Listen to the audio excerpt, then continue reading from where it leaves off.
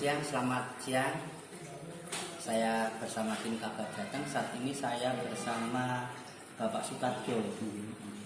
Beliau adalah pengrajin atau seniman patah sungging wayang yang khusus atau modelnya gagrag kali gesing ya Pak? Saya pokoknya model saya Jogja dan kali gesing itu kan perbedaannya tipis sekali.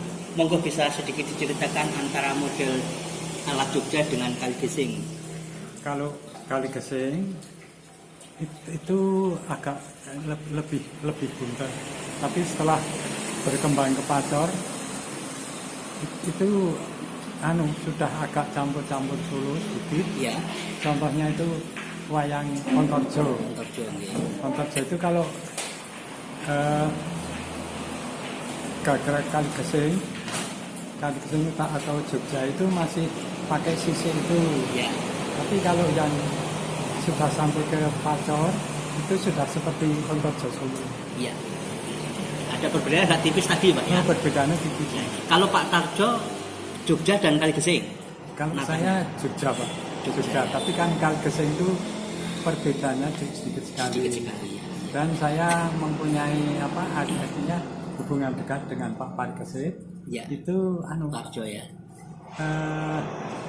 Yang artinya yang uri-uri gagrag kali gesing itu Pak Parkesit. Jadi Pak Tarjo juga ikut mendorong untuk kelestarian atau pengembangan dari gagrag kali gesing tadi. Oke. Pak Tarjo, yang pertama dari mulai bahan dasar hingga terbentuknya wayang seperti ini bisa diceritakan mungkin berapa lama dan cara pembuatannya sekilas? Kalau waktunya kurang lebih itu 15 hari, kadang-kadang lebih. Ya. Kalau prosesnya itu dari kulit sudah jadi, terus istilahnya digambar dicorek. Ya. Setelah dicorek, terus ditata. Setelah ditata, diamplas, baru disungging selesai baru diganti. Ya. Untuk penggambarnya itu Pak Tarjo menggambar sendiri atau kita Pak, kalau gambar itu saya istilahnya mutrani. Jadi misalnya ada wayang bagus, ya. Terus saya pinjam, saya belah, terus baru dikerjakan ya. Secara umum proses dari bahan dasar hingga menggambar hingga menggapet ini sulit tidak Pak untuk orang awam bisa belajar? Ya sebenarnya sulit, ini kan sulit Pak. Saya belajarnya sudah lama. Itu kan sebenarnya cuma semangat dan ketelatenan. Terus ya. Syukur-syukur kalau punya bakat. Ya. Nah, yang kedua Pak Tarjo juga selaku pengurus Wali Projo kan ada pembinaan untuk tata sungging atau pelatihan tata sungging. Ada. Ya. Seperti apa Pak? Hingga akhirnya sudah punya kader penerus dari seni seperti ini? Saya punya kader. Sebenarnya yang berminat itu banyak. Tapi yang jadi baru satu. Seperti tadi bilang tidak mudah atau sulit tadi Pak ya? Iya. Biasanya kalau sudah menyerah. Di apanya Pak? Karena sulitnya atau tidak telaten. Jadi perlu ketelatenan, kesabaran, ditambah dengan bakat tadi. Ya, terus semangat itu. Ya, semangat.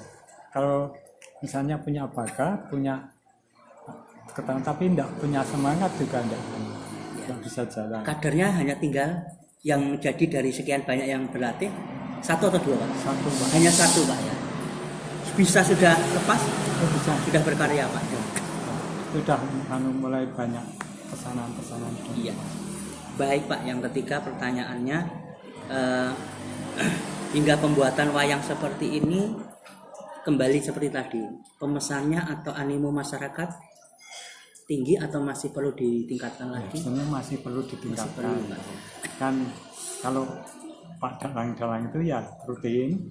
Tapi kalau masyarakat itu ya cuma yang seneng-seneng saja. Tapi ya ada kemarin dari Jakarta, ya, dari Banyuwangi ada, terus pernah dari Magelang juga ada.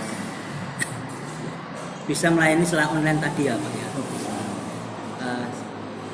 harganya bervariasi atau untuk yang Pak Tarjo bikin sangat terjangkau tuh?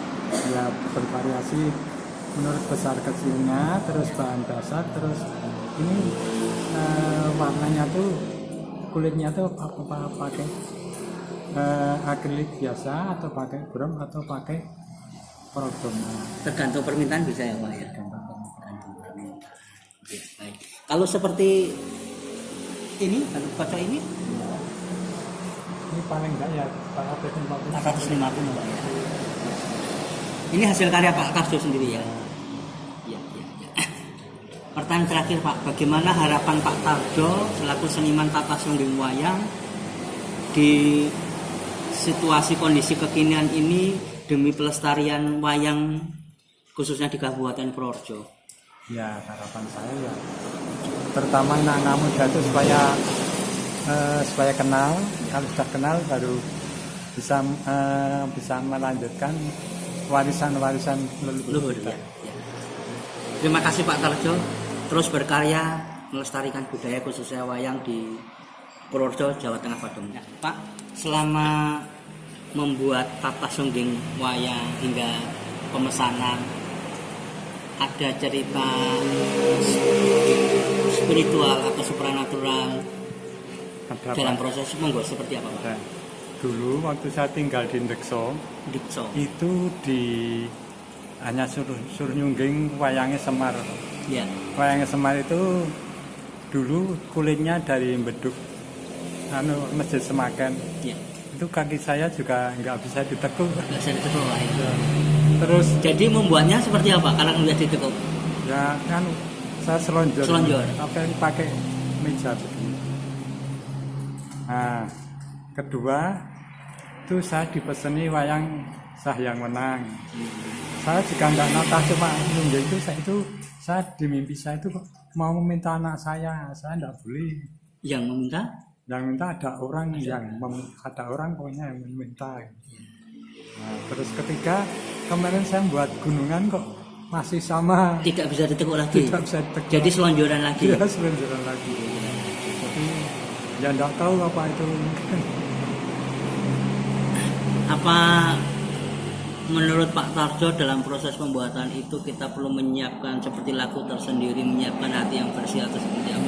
Ya, saran Bapak. Kemarin tuh membuat wayang dari bekas SSK tadi sisa kulit yang tak berkat dari beduk Pak. Ya. Itu kepala saya pusing, tapi setelah saya membaca Al-Fatihah 3 kali kok sudah lancar. Ya. Terima kasih Pak semuanya.